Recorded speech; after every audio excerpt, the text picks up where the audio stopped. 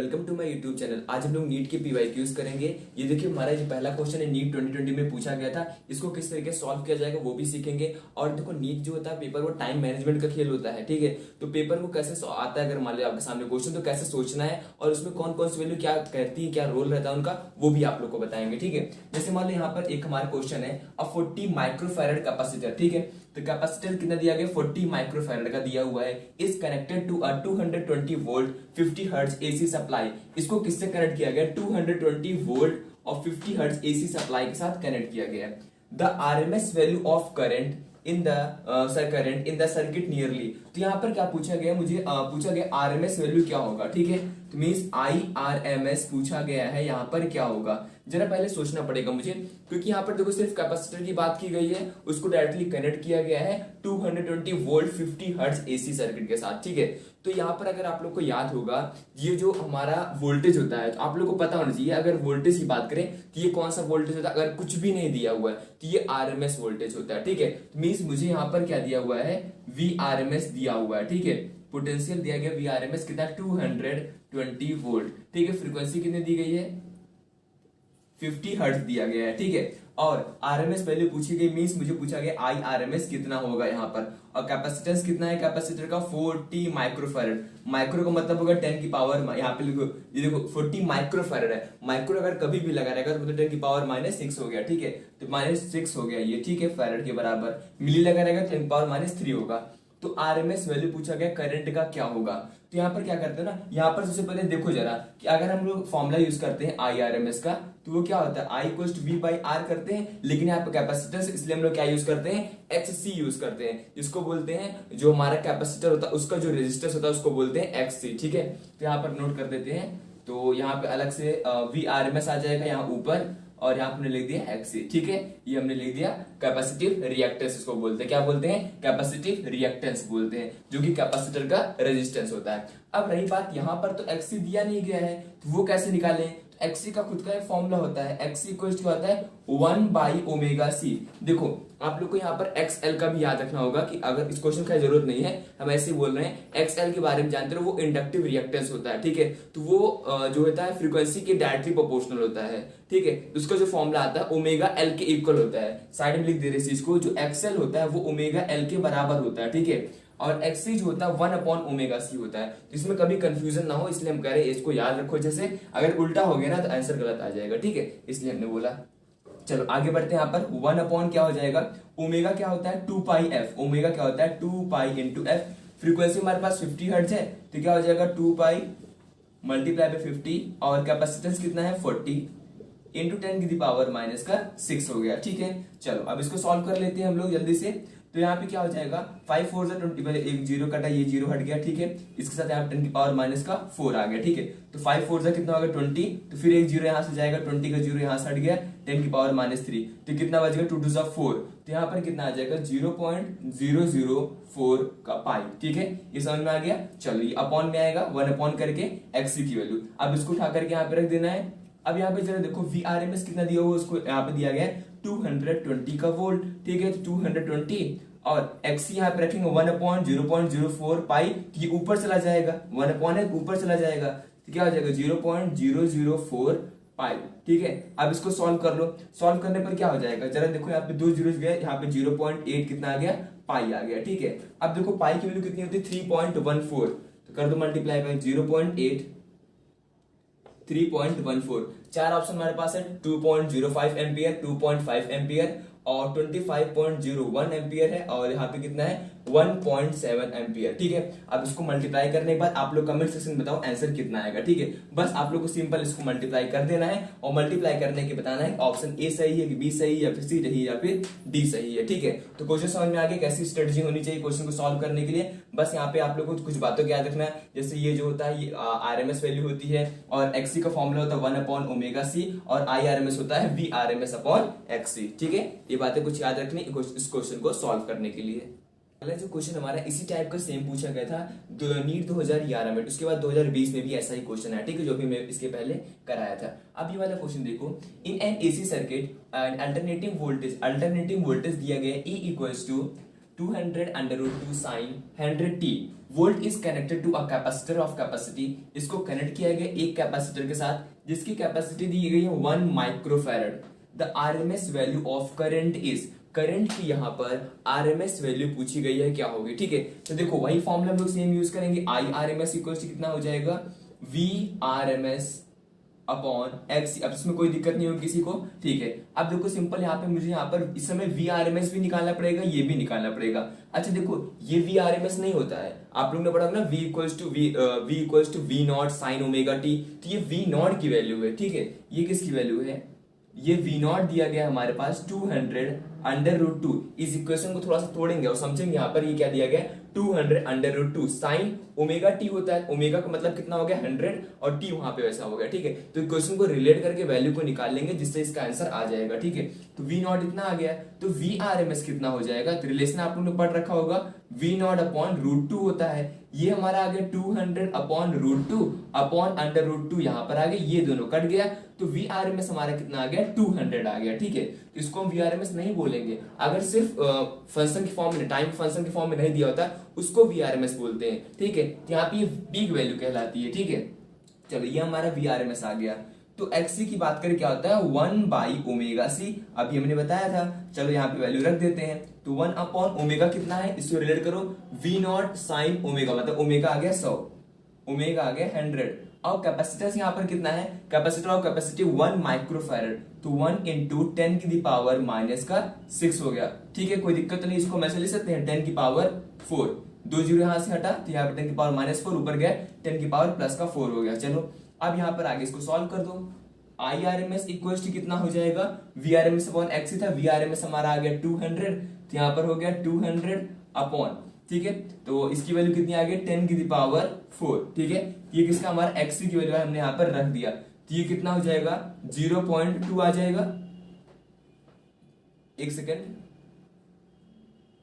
ठीक है। आंसर लेकिन हमारा किसमें दिया गया है, ये देखो यहाँ पर 2 जीरो था, इसके साथ 2 जीरो कट गया, तो ऊपर आ जाएगा 0.02 आ गया, ठीक है। अभी वैल्यू किस में आएगी, हेनरी में आएगी, लेकिन जरा यहाँ पे ध्यान दो आंसर इस फॉर्म में दिया गया, एम के फॉर्म में दिया गया, ठीक है। तो इसको हम क्या बोल सकते हैं, इसको हम बोल सकते हैं 20 MA, ठीक है। क्या बोल सकते हैं 20 MA आ जाएगा, ठीक है। ओके एक मिनट, करंट था ना एम्पियर, सॉरी एम्पियर में आएगा, तो कितना आ जाएगा 20 MA आ जाएगा, ठीक है। आंसर क्या आ जाएगा हमारा डी आ जाएगा। इस तरीके से क्वेश्चन को सॉल्व करना है। तो ये वाला आप लोग कॉन्सेप्ट दिमाग में बैठा लो, I R M S equal to V R M S upon X C, और एक्सी की वैल्यू होती है 1 बाई ओमेगा सी। इसी टाइप को देखो दूसरा क्वेश्चन था जो 2000 नीट 2011 में पूछा गया था, ठीक है। अगले क्वेश्चन की तरफ हम लोग बढ़ते हैं। अगला क्वेश्चन जो है ये नीट 2001 में पूछा गया था, मींस एपीएमडी चला था ना उस समय, तो उस समय ये पूछा गया था। तो जो क्वेश्चन है, a capacitor has capacity C, एक कैपेसिटर है जिसकी कैपेसिटी कितनी है सी है, और उसका रेजिस्टेंस कितना दिया गया है एक्स दिया गया है। If the capacitance and frequency become double, अगर कैपेसिटेंस मींस जो सी की वैल्यू होती है उसको और फ्रीक्वेंसी को डबल कर देते हैं, ठीक है, देन रिएक्टेंस विल बी, तो रिएक्टेंस पर क्या इफेक्ट पड़ेगा ये बताना, ठीक है। देखो अभी लगातार हम सेक फ्रीक्वेंसी फॉर्मूला इसलिए बना रहे थे, देखो इसके पहले वाला क्वेश्चन जो था ये भी क्वेश्चन सब आपस में रिलेट इसलिए हमने रखा है जिससे आप लोग कम से कम कैपेसिटेंस का जो टॉपिक है वो अच्छे से क्लियर हो जाए, और जो भी पीवाईक्यूज आए वो हम करा दे रहे हैं, ठीक है, कैपेसिटेंस पर। तो यहाँ पर क्या हो जाएगा जरा ध्यान दो, तो यहाँ पर अगर हम लोग देखें तो ये कैपेसिटी है सी, और ठीक है कैपेसिटर है कैपेसिटी सी की इक्वल है, और रेजिस्टेंस हमारा, एक मिनट ऑप्शन नहीं ना इसमें, ऑप्शन लिख लो 4x और x/2, x/4, x/3, ठीक है। 4 ऑप्शन है आप लोग के पास, यहाँ पर चूज करना कौन सा करेक्ट होगा। तो यहाँ पर देखते हैं कैपेसिटेंस और फ्रीक्वेंसी बिकेम डबल, तो फॉर्मूला देखो जरा रिएक्टेंस का, x इक्वल्स क्या होता है 1 अपॉन ओमेगा सी, ठीक है, क्योंकि यहाँ पर फ्रीक्वेंसी आ रही और ओमेगा यहाँ पर आ रहा है, ठीक है। कैपेसिटेंस भी आ रही, फ्रीक्वेंसी भी आ रही है, चलो अच्छी बात है। अगर इसको मैसेज ले तो कोई दिक्कत तो नहीं है, 2 पाई FC।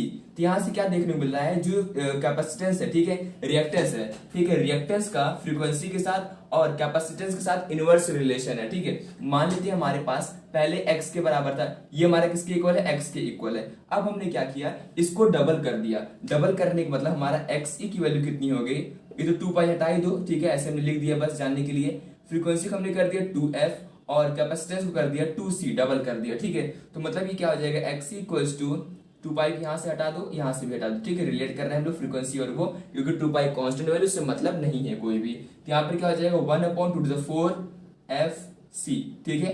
क्या देखो आ रहा है, यहाँ पे एक्सी की वैल्यू कितनी थी, X C is directly proportional to 1 upon F C आ गया, ठीक है। यहाँ पे X C is directly proportional to क्या हो गया, 1 अपॉन 4 एफ सी हो गया, ठीक है। तो 1 अपॉन 4 एफ सी मतलब यहाँ पे एक्सी की वैल्यू एक्स थी, अब ये कितनी हो गई, एक्स बाई 4 हो गई, ठीक है। क्या हो गई, एक्स बाई 4 हो गई, मतलब जो रिएक्टेंस है वो डिक्रीज कर गया। यहां से ये भी समझ में आता है ना कि फ्रीक्वेंसी का और कैपेसिटेंस का, कैपेसिटिव रिएक्टेंस के साथ इनवर्स रिलेशन होता है, ठीक है। तो दोनों को डबल कर दिए, दो वैल्यू डबल हो गए, तो इसका इनवर्स रिलेशन है, तो मतलब 1/4 टाइम्स हो जाएगा। तो मतलब x पहले था तो क्या हो गया, ये कन्वर्ट होकर के x/4 टाइम्स हो गया। तो आंसर क्या होगा, आंसर सी जाएगा, ठीक है। x/4 टाइम्स हो जाएगा ये, ठीक है। मतलब 4 टाइम्स जो हमारा रिएक्टेंस है, कैपेसिटिव रिएक्टेंस है, वो 4 टाइम डिक्रीज कर जाएगा, ठीक है। अगले वाला जो क्वेश्चन है हमारा, ये नीट 2015 में पूछा गया था, ठीक है। अब इस क्वेश्चन में देखो क्या, अगर काफी अच्छा क्वेश्चन वैसे पूछा गया था। क्वेश्चन देखते क्या है, a series RC circuit. RC circuit कहने का मतलब है रेजिस्टेंस और कैपेसिटर दोनों सीरीज में लगे हुए हैं, ठीक है। Connected to an alternating voltage साथ कनेक्ट किया गया है। कंसिडर टू सिचुएशन, दो यहाँ पर सिचुएशन ली गई है, ठीक है। सिचुएशन क्या है, when capacitor filled with air. ये वो सिचुएशन क्या लिखी, कैपेसिटर में एयर भर दी गई है, ठीक है। कैपेसिटर इस तरीके से प्लेट होती है, उसमें एयर है, ठीक है। और दूसरा कंडीशन क्या है, when capacitor is filled with mica, mica के साथ उसको फिल्ड कर दिए गए, ठीक है। Current through resistor is I, current कितना वहां पर, आई के बराबर है। वोल्टेज अक्रॉस कैपेसिटर कितना है, वी के इक्वल है।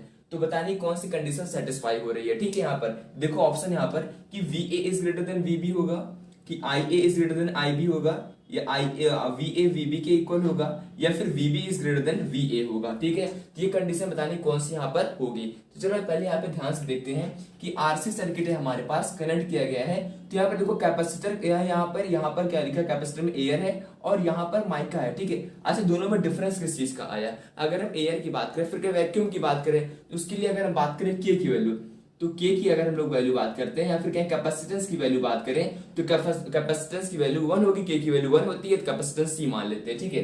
तो अगर हम लोग माइका की बात करें तो के की वैल्यू कुछ ना कुछ ज्यादा ही होगी, एयर की सबसे कम होती है, तो माइका उसके अंदर भर दिए गए, तो मतलब वो कैपेसिटेंस को बढ़ा दिया गया। तो मतलब इसको मान लेते हैं अगर हम लोग सी ए, ये हो गया हमारा सी बी के बराबर, ठीक है।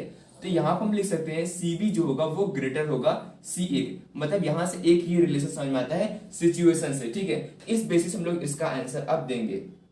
अच्छा ठीक है, अब आगे बढ़ते हैं हम लोग। तो यहाँ पर जरा देखो, हमारा वोल्टेज के साथ भी रिलेशन दिया गया 3 और करंट के साथ भी रिलेशन दिया गया है, ठीक है। तो पहले उस चीज को कंसिडर करते हैं। अगर आप लोग को याद होगा, सीरीज और कैपेसिटेंस जब साथ में कनेक्ट रहते हैं तो वहां पर आई की वैल्यू कितनी आती है करंट की, V अपॉन जेड होती है। I R M S, V R M S upon Z होता है, ठीक है। आर एम एस लिखते हैं, ठीक है, R M S upon Z. तो यहाँ पर हमने V लिख दिया वी आर एम एस को, क्योंकि वो वोल्टेज बोला गया है V। जेड की वैल्यू कितनी होती है, रेजिस्टेंस भी रहता है, मतलब आर स्क्वायर, और प्लस कैपेसिटेंस के लिए क्या आता है, कैपेसिटिव रिएक्टेंस आता है, ठीक है। वो कितना होता है, एक्सी का स्क्वायर। चलो यहां तक तो पहुंच गए हम लोग, इसको थोड़ा सा और अच्छे से लिख देते हैं। अंडर रूट में आ गया। अब यहां पर देखो क्या होगा, आर स्क्वायर प्लस एक्सी को लेकर लिखते हम लोग 1 अपॉन ओमेगा सी का स्क्वायर, ऐसे बोल सकते हैं, ठीक है। अब जरा यहाँ पर ध्यान से देखो, हमने तो सी का रिलेशन देख लिया, अब आई का भी चेक कर लेते हैं, ठीक है। तो यहाँ पर अगर हम लोग मान लेते हैं सी, अगर मान लो कैपेसिटेंस इसकी वैल्यू, सी की वैल्यू इंक्रीज करेगी, ठीक है। सी की वैल्यू का और आई के साथ क्या रिलेशन आएगा, तो क्या डायरेक्ट रिलेशन होगा। तो यहाँ से हम लोग क्या बात बोल सकते हैं कि हमारा जो आई बी होगा वो ग्रेटर होगा आई ए के कंपेरिजन में, ये बात यहाँ से बोल सकते हैं, ठीक है। क्योंकि जरा यहाँ पे ध्यान दो कि जो यहाँ पे डिनोमिनेटर की वैल्यू क्या है हमारे पास, सी है। अगर इसको हम इंक्रीज करके देखते हैं तो वैल्यू डिक्रीज करेगी, ये वैल्यू डिक्रीज करेगी, तो यहाँ पर करंट का डायरेक्ट रिलेशन आएगा, I B is greater than I A. तो यहाँ पर देखो ऐसा कोई ऑप्शन दिया गया, ऐसा कोई ऑप्शन यहाँ पर नहीं है। इसका मतलब मुझे वोल्टेज को लेकर के अब चलना पड़ेगा, ठीक है। वोल्टेज की बात कर लेते हैं, वी V इक्वल्स क्या होता है, I इंटू जेड हो जाएगा। यहाँ से अगर देखो तो V इक्वल्स क्या हो जाएगा, I इंटू जेड हो जाएगा, ठीक है। I यहाँ पर लगा दो, जेड की वैल्यू कितनी है, जेड हमारा भी लिखा था हमने, आर स्क्वायर प्लस एक्स सी का स्क्वायर, ठीक है। तो यहाँ से क्या रिलेशन है, आई आ गया यहाँ पर, यहाँ हो गया आर स्क्वायर, और एक्स सी क्या होता है 1 बाई ओमेगा सी, भी हमने बताया था 1 बाई ओमेगा सी का यहाँ पर आ गया स्क्वायर, ठीक है। इसमें तो कोई दिक्कत नहीं होगी, और ये आ गया हमारा V।